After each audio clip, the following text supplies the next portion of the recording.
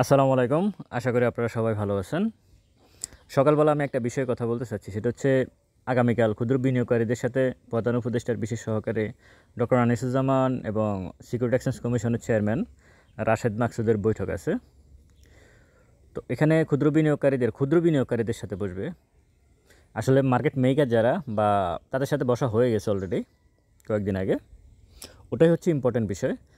আর আগামীকালকে যেটা বসতেছে এটা হচ্ছে জাস্ট মানে ক্ষুদ্র বিনিয়োগকারীরা অনেক ক্ষতিগ্রস্ত, তো তাদেরকে একটু দেখা টাকা করলো, একটু সান্ত্বনা দিলে ব্যাপারটা সান্ত্বনার বাণী হিসেবে থাকবে। এখন ক্ষুদ্র বিনিয়োগকারীদের যারা সংগঠন আছেন, বিশেষ করে ডক্টর কী বলে এইসাম ইকবাল, সরি ডক্টর না, উনি সরকারি মানে আপনার আন্দোলনের মধ্যে ভাইকে আমরা দেখি, উনি আমাদের পক্ষে কথা বলেন ক্ষুদ্র বিনিয়োগকারীদের স্বার্থে।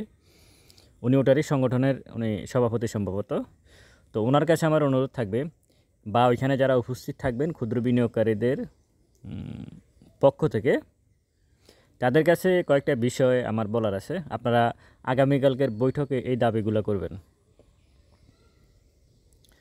আমি আপনাদের পেজে চেষ্টা করব, ওই পেজে আমি আমার ভিডিওটা আসলে ট্রান্সফার করে দিতে। তো যেই দাবিগুলো আপনাদেরকে ডাকছে কেন, আগে এই বিষয় বলি, তারপর আপনারা কী দাবি করবেন সে বিষয়ে কথা বলবো। আপনাদেরকে ডাকছে মূলত একটু সান্ত্বনা দেওয়ার জন্য, কারণ আপনাদের অলরেডি পোর্টফোলিও 50%, 60% নাই হয়ে গেছে। এই আপনারা যে রেখাটা দেখতেছেন ইন্ডেক্সের, এইটুকুর মধ্যেই নাই হয়ে গেছে। হ্যাঁ, বেশি বেশি কিছুর দরকার নাই, এখানের মধ্যে নাই হয়ে গেছে। এখন আরও পড়তেছে। আশা করা যায় 2 তারিখ পর্যন্ত ইন্ডেক্স ডাউন ট্রেন্ডে থাকবে বাজেটকে কেন্দ্র করে। ইন্ডেক্স পড়তেছে এই মুহূর্তে বাজেটকে কেন্দ্র করে। তো যাই হোক, এখন আপনাদের গত 9 মাসে কিন্তু কমিশন আপনাদের পক্ষে, মানে আমাদের পক্ষে কোনো কাজ করে নাই, ক্ষুদ্র বিনিয়োগকারীদের স্বার্থে কোনো কাজ করে নাই। হঠাৎ করে গতকালকের তারা তাদের মুখপাত্র একটা প্রেস রিলিজ দিল, সেখানে 2-1টা বিষয় তারা যোগ করার চেষ্টা করছে, মনে হচ্ছে ক্ষুদ্র বিনিয়োগকারীদের স্বার্থে। কিন্তু কতটুকু ক্ষুদ্র বিনিয়োগকারীদের স্বার্থে সেটা বুঝতে হবে।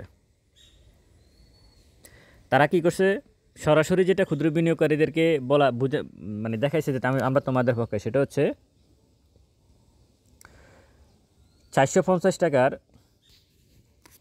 আপনার বাৎসরিক যে চার্জ নেয় আপনার বিও অ্যাকাউন্টের মেনটেন্যান্স ফি, সেটাকে 150 টাকা করছে। আপনারা বলেন তো এখানে আমাদের কি হবে? আমরা যারা এখানে এই মার্কেটে আছি বা আমার ভিডিও যারা শুনতেছেন, আমাদেরকে কি ক্ষমতা নাই 450 টাকা কমিশন দেওয়ার বছরে? 450 কেন, 500 টাকা দেওয়ারও ক্ষমতা আছে আমাদের। আরও 50 টাকা বাড়াক, সমস্যা তো নাই।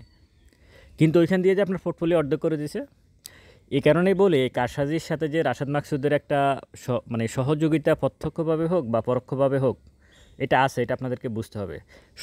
মানে এটাই প্রমাণ করে যে তার সহযোগিতা আছে। কি প্রমাণ করে? এই যে 400 টাকা, 450 টাকা থেকে 150 টাকা নিয়ে আসছে, এটা দিয়ে আপনাদেরকে বোঝানোর চেষ্টা করতেছে যে আমরা ক্ষুদ্র বিনিয়োগকারীদের স্বার্থে আছি, তোমাদের সাথে আছি। আর ওইখান দিয়ে আপনার 5 লক্ষ টাকা ক্ষতি করে দিয়ে আপনার বছরে 300 টাকা আপনাকে উপকার করতেছে। 10 লক্ষ টাকা ক্ষতি করে দিয়ে, নিঃশেষ করে দিয়ে আপনাকে কি বলে, শেয়ার দিয়ে নিঃশেষ করে দিয়েছে, মার্কেট দিয়ে নিঃশেষ করে দিয়েছে। আর এখানে আপনার 150 টাকা 200 টাকা কমাচ্ছে। এই কারণে বলতেছি যে রাশেদ মাকসুদ সরাসরি এর সাথে জড়িত, কোনো সন্দেহ নাই। কারণ এগুলো হচ্ছে মানে দেখানো ভালোবাসা, এগুলো কিন্তু রিয়েল ভালোবাসা না। আরেকটা বিষয় উনি করছে, সেটা হচ্ছে যে জেড ক্যাটাগরির শেয়ারগুলোতে স্বতন্ত্র পরিচালক নিয়োগ দেবে। এটা ভালো, কিন্তু এখানে যার শেয়ার ধারণ ক্ষমতা সবচেয়ে বেশি আছে, এটা ভালো, কিন্তু এটা দীর্ঘমেয়াদী প্রসেস। এই মুহূর্তে মার্কেটের জন্য যেটা ইম্পর্টেন্ট বিষয়, সেটা হচ্ছে মার্কেট মেকার যারা, তাদেরকে মার্কেট মেকার কিন্তু ক্ষুদ্র বিনিয়োগকারীরা না। আগামীকালকে যাদের সাথে কমিশন বসবে, আমরা কিন্তু মার্কেট মেকার না। আমরা মার্কেটের অবস্থান দেখে আমরা একটা সিদ্ধান্ত নিই, এটুকুই। মার্কেট মেকাররা আসলে যারা, তাদেরকে আমরা টেলিভিশনে দেখি প্রায় সময়। এখন আপনারা আগামীকালকে কী দাবি করবেন, কী দাবি করবেন? সর্বপ্রথম এবং লিখিতভাবে আপনারা দাবি করবেন, মৌখিকভাবে না, এবং লিখিতভাবে দাবি করে ওইখানে মিডিয়ার সামনে এই বিষয়গুলো আপনারা উপস্থাপন করে দেবেন। মিডিয়াকে ডেকে নিয়ে আসবেন, চ্যানেলগুলোকে ডাকবেন, ডেকে ওইখানে আপনারা লিখিতভাবে দিবেন, যাতে আমরাও এটা নিয়ে মানে কন্টেন্ট করতে পারি, 2-1টা ভিডিও দিতে পারি। আপনারা মৌখিকভাবে কোনো কমিশনের কাছে বলে আসবেন একটা, কমিশন বের হয়ে আসে, পরবর্তীতে তারা বিবৃতি দিবে আরেকটা। সুতরাং লিখিতভাবে দিবেন, অফিস কপি দিবেন, অফিস কপি রিসিভ করে নেবেন।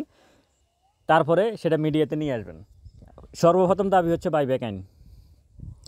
পুরনো যারা গেছে তারা তো গেছে, নতুন যারা মার্কেটে লিস্টেড হবে যেসব কোম্পানি, তারা যাতে বাইব্যাক আইনের অন্তর্ভুক্তির মাধ্যমে মার্কেটে আসে।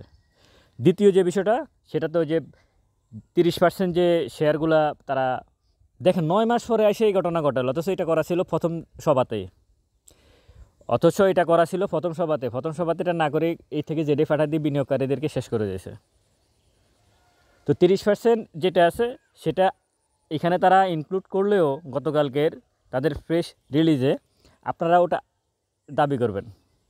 তারপরে ইপিএস কী বলে ইয়েগুলো অডিটগুলো দেশে যেন বাহিরের অডিট ফার্ম দিয়ে করানো হয়, এবং ওই অডিট যাতে 2 নম্বরই তো করবেই, সেটা ঠিক আছে, কিন্তু ওটা যাতে সহনীয় পর্যায়ে থাকে এবং ডিভিডেন্ড দিবে কী বলে ইপিএস দেখে দেখে। ইপিএস করলো 8 টাকা 10 টাকা আর ডিভিডেন্ড দিল 10%, এটা হবে না। পরিষ্কারভাবে বলে দিতে হবে যে ইপিএসের 70% যতটুকু ইনকাম করবে তার 70% সাধারণ শেয়ার হোল্ডারদেরকে ক্যাশ ডিভিডেন্ড দিতে হবে, কোনো স্টক ডিভিডেন্ড হবে না। স্টক ডিভিডেন্ড একটা ভুয়া জিনিস, এটা আপনারা হয়তো অনেকে জানেন অনেকে জানেন না, এটা ভুয়া জিনিস, এটা অলিক বস্তু, এটার কোনো ইয়ে নাই। ক্যাশ ডিভিডেন্ড দিতে হবে, যা ইনকাম করবে তার 70% পরিষ্কারভাবে বলে আপনারা লিখিতভাবে বলে দেবেন। আর এই যে ক্ষুদ্র বিনিয়োগকারীরা ক্ষতিগ্রস্ত হয়েছে গত 9 মাসে রাশেদ মাকসুদের আমলে, ক্ষুদ্র বিনিয়োগকারীদেরকে যেন মানে ব্যাংক থেকে অথবা হাউস থেকেই যাতে বিনা সুদে ঋণের ব্যবস্থা করা হয়। 1% বা 2% হয়তো সুদ ধরে যাতে ঋণের ব্যবস্থা করা হয়, যার যে পরিমাণ লস মানে 50% যাতে তার পোর্টফোলিও যতটুকু ছিল তার অন্তত 50% যাতে ঋণ দেওয়া হয় 1 থেকে 2% সুদে, এটা বলে আসবেন। আর কমিশনকে সরাসরি হয়তো এখানে তো অফিসিয়াল ল্যাঙ্গুয়েজ ব্যবহার করে কথা বলতে হবে, সরাসরি কথা বলা যাবে না। সরাসরি কথা বলতে পারলে ভালো হতো, যে রাশেদ মাকসুদকে সরাসরি বুঝে দিবেন, বলে দিবেন যে হয় গভর্নমেন্ট থেকে টাকা নিয়ে আসেন, সততা দেখাচ্ছেন, গভর্নমেন্ট থেকে টাকা এনে মার্কেটকে টেনে তোলেন, আর না হয় মার্কেট মেকারদের কাছে মাপ চেয়ে তাদেরকে মার্কেটে নিয়ে আসেন, যারা মার্কেট মেকার। কারণ মার্কেটকে টেনে তুলতে হবে।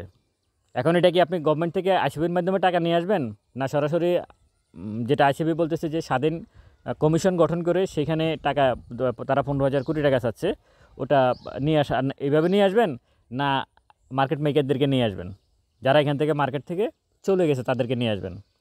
তো আমি মনে করি মার্কেট মেকারদেরকে এখানে লাগবে, গভর্নমেন্ট কত টাকা দেবে,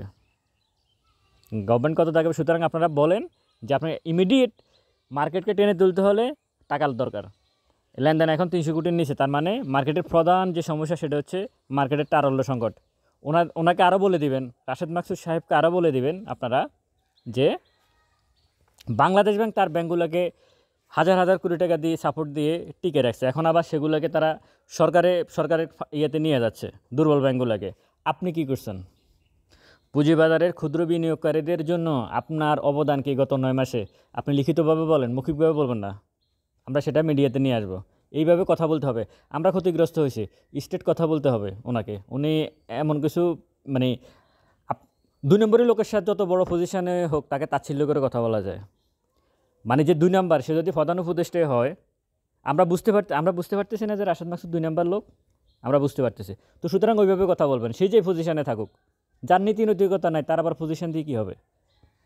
সরাসরি কথা বলবেন যে উনি 9 মাসে ক্ষুদ্র বিনিয়োগকারীদের স্বার্থে সর্বপ্রথম শেয়ারে না বসে আপনারা কোশ্চেন করবেন গত 9 মাসে ক্ষুদ্র বিনিয়োগকারীদের স্বার্থে আপনি 2টা কাজ করছেন, তাদের স্বার্থে উদাহরণ দেন। গতকালকেরটা বাদ দেন, গতকালকের এটা হচ্ছে আইওয়াস, গতকালকে যে ফ্রেশ রিলিজ দেওয়া হয়েছে এটা হচ্ছে আইওয়াস, এটা হচ্ছে আগামীকাল বসবে, এখন কিছু একটা দেখাইতে হবে, এই জন্য মেনটেন্যান্স ফি 750 থেকে 150 করছে, আর 30% যারা শেয়ার ধারণ করে না যেসব যে কোম্পানিগুলো সেখানে স্বতন্ত্র পরিচালক, এগুলো গতকালকের গল্প, আগে করেন নাই কেন এই বিষয়গুলো? গত 9 মাস পরে এখন ক্ষুদ্র বিনিয়োগকারীদের পোর্টফোলিও অর্ধেক হয়ে গেছে, এখন আপনার কাছে মনে হয়েছে এগুলো মানে আমি তো বারবারই বলতেছি এগুলোকে জেনে শুনে বুঝে তারা করতেছেন, আপনারা ভাবতেছেন কি হঠাৎ করে তারা কি বোকা? রাশেদ মাকসুদরা কি বোকা? এক রাশেদ মাকসুদি কি এখানে আছে? তার সাথে আর কেউ নাই? তার সাঙ্গপাঙ্গরা এখানে নাই? তাদের ফ্যামিলির লোকজন কি এখানে জড়িত না? প্রত্যেকে জড়িত। তো সুতরাং আপনারা এই কোশ্চেনগুলো করে আসবেন, লিখিতভাবে বলবেন, তাকে এগুলো লিখিত দিয়ে আসবেন, এবং এই লিখিত বিষয়টা আপনারা মিডিয়াতে নিয়ে আসবেন, এবং তারা কি বলে সেই বিষয়গুলোও মিডিয়াতে বলে দিবেন যে এই কথাগুলো ওনারা বলছে।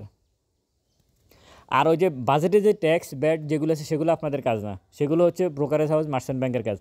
তারা ওইগুলো নিয়ে কথা বলার চেষ্টা করবে আপনাদের সাথে যে আমরা এটা করবো ওটা করবো, ক্যাপিটাল গেইন ট্যাক্স 50 লক্ষ টাকার উপরে হলে সেটা আমরা বাদ দেবো বলে। এগুলো আমাদের গল্প না, এগুলো বড়দের গল্প, বড়দের সাথে আপনারা কথা বলেন।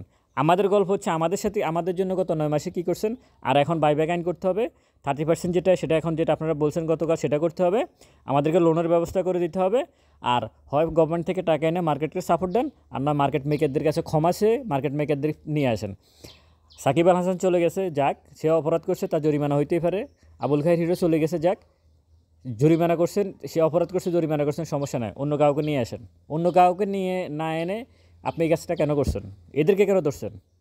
জরিমানাকে আদায় করতে পারবেন? আপনাদেরকে জরিমানা আদায় করতে পারবে না, কারণ আইনে এটা অ্যালাউ করে না। যে আইনের উপর রাশেদ মাকসুদ জরিমানা করতেছে 10 কোটি, 50 কোটি, 60 কোটি, ওই আইনে বলা আছে 1 লাখ টাকা পর্যন্ত জরিমানা করতে পারবে। তারা প্রত্যেকে যাবে হাইকোর্টে, 10 বছর পর্যন্ত এগুলো আটকে থাকবে, জরিমানাও পাবে না। হ্যাঁ, ওই বিনিয়োগকারীরা ক্ষতিগ্রস্ত হবে, তাদের জরিমানা করছে, তারা আর এই টাকা ফেরত পাবে না।